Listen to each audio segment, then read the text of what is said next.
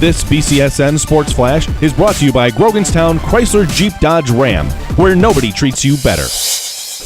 Hi, Tom Cooley, coach for Buckeye Cable System and BCSN. It's a real honor to be here with a baseball legend, Mr. Denny McClain. Denny, first of all, on behalf of the Toledo community and Groganstown and Denny Amarine, thank you so much for being here today. It's our pleasure. We look forward to coming down here all the time. We have a great time in Toledo. We've known a lot of good friends in this town for a long, long time.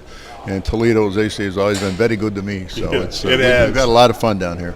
Denny, you know, looking at the things you did in baseball, I mean, 31 wins, 68. The next year you came back with 24. But 30 wins, it's, you know, the people talk about records are made to be broken and all those things. But in the modern era of baseball, that's never going to happen again, is it?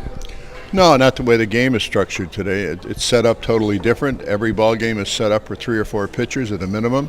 You know, you get into a battle, you've got 5 or 6 pitchers sometimes. Sometimes now they bring infielders in to finish a game, which is really an embarrassment for the game and for the organization. I thought that was despicable. Once okay, twice, right. That's ridiculous. If you can't carry enough pitchers on the club, go spend some more money because there's plenty of guys who can at least throw if you're doing a mop-up job. I thought that was horrible. But, you know, the game, the way it's structured today, it's not structured to allow a guy to win. In any dramatic fashion. You know, the perfect example is Scherzer. After 179 games, he finally completes a game in professional baseball. Right. I mean, what has gone wrong here? You know, I mean, we look back on some of our careers, and, you know, Lola's first time in the major leagues, and I mean, the first time we stepped on the mound, we pitched a complete game.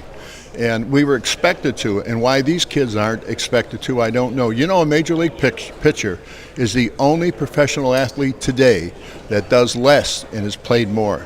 Think about it, hockey, football, basketball, right. No matter what other sport it is, they practice a lot more. They practice their skills, hone their skills, and baseball is the only one, a pitcher, that doesn't.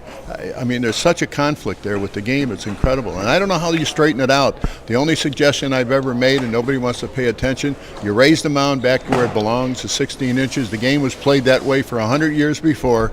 And why these divine interventions came down in 1969, nobody understands. Yeah, they wanted to score touchdowns, and we understood that. But everything goes through cycles. Everything it runs in a cycle. And we were in one of those cycles in the 60s. And of course, we only had 8 teams in each league.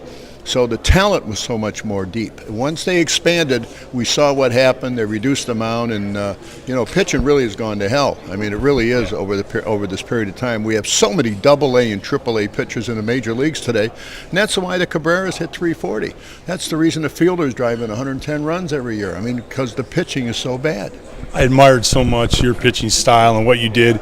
You did everything in baseball dramatic. I think when your introduction into the minors, if I recall, did you pitch a no-hitter in your minors? I think when you first started out, your first pro big league baseball game, you hit a home run. Yes. You know, you've done everything.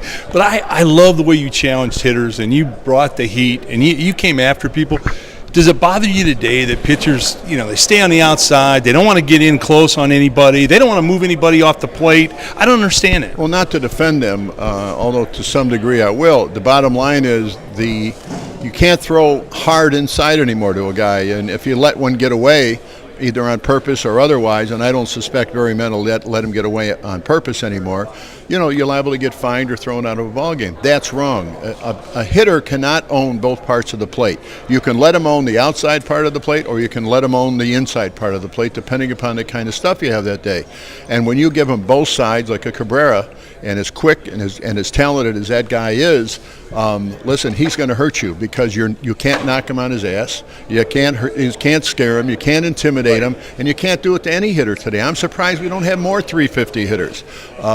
But that also goes to the point of that I told you about, that the talent is so much less. These guys can't get knocked down. Very few pitchers throw the ball where they really want to anymore.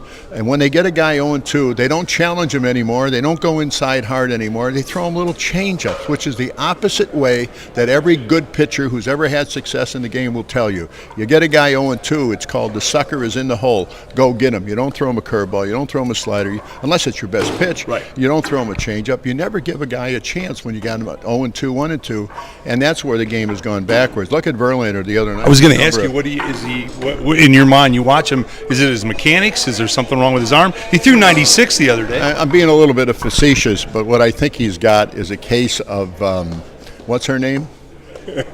What's her name? I can't think. Kate. I think he's got Upton-Villitis. Oh. And I think he's in love. I think he's, I get where you're going. And see, here's the thing. He's already got $250 million in the bank, no matter what happens. Got it. Incentive. Where the hell is the incentive other than being embarrassed when you go out there and give up 7 runs? So I think even the night when it was her birthday apparently the other night, and I'm not being critical. Don't misunderstand me. But the thing about it is maybe the focus and the attention isn't as intense as it once was before he got to 240-50 million. And and falling in love, and we all know what falling in love can do. You can lose sight of the catcher, and lo and behold, maybe he's, as I said, he's got the Upton-Villitis, and maybe we all would have. Who knows? Right. Mr. McClain, on behalf of Buckeye Cable and BCSN, it has been a real honor to talk to a baseball legend, and thank you for coming to Toledo. Thank you. It's our fun. All right, thanks, Mr. McClain. Thank you very much. Tom Cole, the coach for BCSN.